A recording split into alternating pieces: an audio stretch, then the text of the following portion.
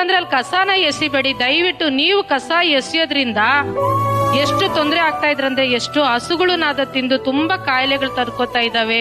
ಆಮೇಲೆ ಅದೇ ಕಸದಿಂದ ಜನಗಳು ಓಡಾಡಿ ಕಾಯಿಲೆಗಳು ತಂದ್ಕೊಡ್ತಾ ಇದ್ದಾರೆ. ಅದನ್ನ ಬಳಿಯವರು ನಮ್ಗೆ ಎಷ್ಟು ಕಾಯಿಲೆ ಬರ್ಬೋದು ಗೆಸ್ ಮಾಡಿ. ದಯವಿಟ್ಟು ನಿಮ್ಮ ಮನೆ ಕಸನ ವಿಂಗಡಿಸಿ ಹಸಿ ಕಸ ಒಣ ಕಸ ಮಾಡಿ. ಯಾಕಂದ್ರೆ ಇವಾಗ ಹಾಸ್ಪಿಟ್ಲ್ಗೆ ಹೋಗದೆ ಇರೋರು ಇರ್ತಾರೆ, ಸಿರಂಜ್ಗಳು ಇಂಜೆಕ್ಷನ್ ತಗೊಳ್ಳೋರು ಇರ್ತಾರೆ, ಅದನ್ನ ಹಾಕ್ತಾರೆ. ಆಮೇಲೆ ಲೇಡೀಸ್ ಪ್ರಾಬ್ಲಮ್ ಕಸಗಳು ಹಾಕ್ತಾರೆ, ಅನೇಕ ಪ್ಯಾಂಪರ್ಸ್ ಗಳು ಹಾಕ್ತಾರೆ. ಅದೆಲ್ಲ ಇಂಗಡಿಸಿ ಹಾಕ್ತಾರ, ಎಲ್ಲ ಒಟ್ಟಿಗೆ ಮಾಡಿ ಹಾಕ್ತಾರೆ. ಅದನ್ನ ನಾವ್ ಇಂಗಡಿಸ್ತೀವಿ. ಗ್ಲೌಸ್ ಹಾಕೊಂಡ್ರೆ ಕೆಲ್ಸಕ್ಕೆ ಮರ್ಯಾದೆ ಕೊಟ್ಟಂಗಿರಲ್ಲ ಅಂದ್ಬಿಟ್ಟು ನಾವು ಕಸ ಗ್ಲೌಸ್ ಹಾಕಲ್ಲ. ಆ ರೀತಿ ನಾವು ಕೆಲಸ ಮಾಡ್ತೀವಿ. ದಯವಿಟ್ಟು ನಿಮ್ಮ ಮನೆ ಕಸನ ಬಾಗಿಲಿಗೆ ಬಂದಾಗ ದಯವಿಟ್ಟು ಕೊಡಿ. ಈ ಪೌರ ಕಾರ್ಮಿಕರಿಗೆ, ಈ ಕಾಯಕ ಯೋಗಿಗಳಿಗೆ ಪುಷ್ಪ ಮಳೆಯನ್ನ ಸುರಿಸುವುದರ ಮೂಲಕ ಈ ಸೂಪರ್ ಕ್ವೀನ್ ವೇದಿಕೆ ಗೌರವಿಸ್ತಾ ಇದೆ.